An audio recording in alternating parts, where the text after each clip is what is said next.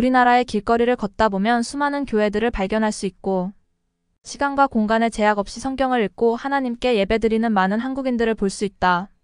그렇다면 대한민국은 처음부터 하나님을 뜨겁게 사랑한 나라였을까? 언더우드는 1885년 우리 땅에 처음으로 발을 디딘 선교사이다. 언더우드가 당시 처음으로 조선에 왔을 때 조선은 아주 열악한 땅이었고, 많은 사람들이 가난한 생활을 하고 있었다.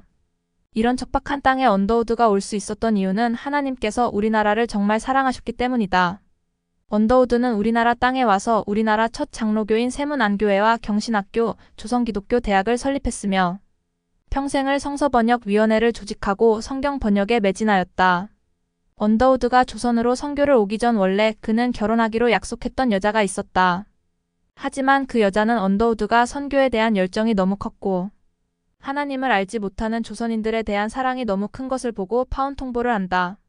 그렇게 해서 결국 언더우드는 홀로 조선 땅에 오게 되었고 다른 선교사들과 조선을 위해 열심히 헌신하여 이 땅에 복음의 씨앗을 뿌렸다. 우리를 위해 했던 헌신들이 이제 우리나라에 열매 맺어가고 있고 우리나라 또한 다른 나라에 복음의 씨앗을 뿌릴 수 있는 나라로 성장하였다. 내가 진실로 진실로 너희에게 이르노니 한 알의 밀알이 땅에 떨어져 죽지 아니하면 한 알 그대로 있고 죽으면 많은 열매를 맺느니라. 요한복음 12장 24절. 이때까지 나는 누군가를 사랑하려고 할 때 나의 몫은 어느 정도 챙기고 내가 손해보지 않는 선에서 나에게 남는 것을 나누며 사랑하고 있다고 착각해왔다. 하지만 언더우드가 자신의 건강조차 돌보지 않고 조선 사람들을 열심히 치료하고 교육하는 것을 보며 예수님을 따라서 사는 삶이 이러한 삶이구나를 느꼈다. 또 내가 앞으로 어떻게 사랑해야 하는지에 대해서도 생각해 볼 수 있었다. 내 이웃을 내 몸과 같이 사랑해야겠다고 결심했다.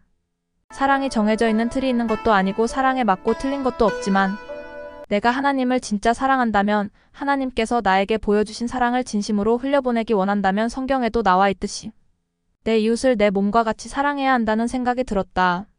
그리고 나의 비전에 대해서도 생각해 보았다. 이때까지는 내가 잘하는 것, 내가 좋아하는 것을 하면서 살고 싶었다. 하지만 하나님께서 언더우드를 조선 땅으로 보내실 때 자신의 상황을 따지지 않고 하나님의 말씀에 바로 순종하고 결단한 뒤 조선으로 떠났다. 이런 언더우드를 보며 나도 하나님께서 나를 사용하시기 원하실 때 그 일이 꼭 내가 생각했던 일, 계획했던 일, 원했던 일이 아닐지라도 하나님의 부르심에 순종하는 삶을 살고 싶다는 마음이 들었다. 나는 이때까지 내가 믿을 수 있는 하나님이 당연하고 누구나 믿을 수 있는 것이라고 생각했지만 지금 내가 믿음 생활을 할 수 있는 것은 당연한 것이 아님을 깨달았고 나도 이 기쁜 소식을 전하는 삶을 살아야 한다는 책임이 있음을 느꼈다. 선교사로서의 삶은 꼭 다른 나라에 가서 병원을 지어서 병을 치료해주고 학교를 세워서 아이들을 가르치고 성경을 번역하는 것만이 아니다. 내가 처한 곳에서 속해 있는 공동체에서 삶의 모습을 통해 하나님의 사랑을 전하는 것이다. 앞으로 삶을 살아가면서 나도 먼저 믿은 자로서 복음을 전해야 한다는 책임을 잊지 않고 살아갈 것이고 내가 받은 사랑을 계속해서 흘려보내는 삶을 살아갈 것이다.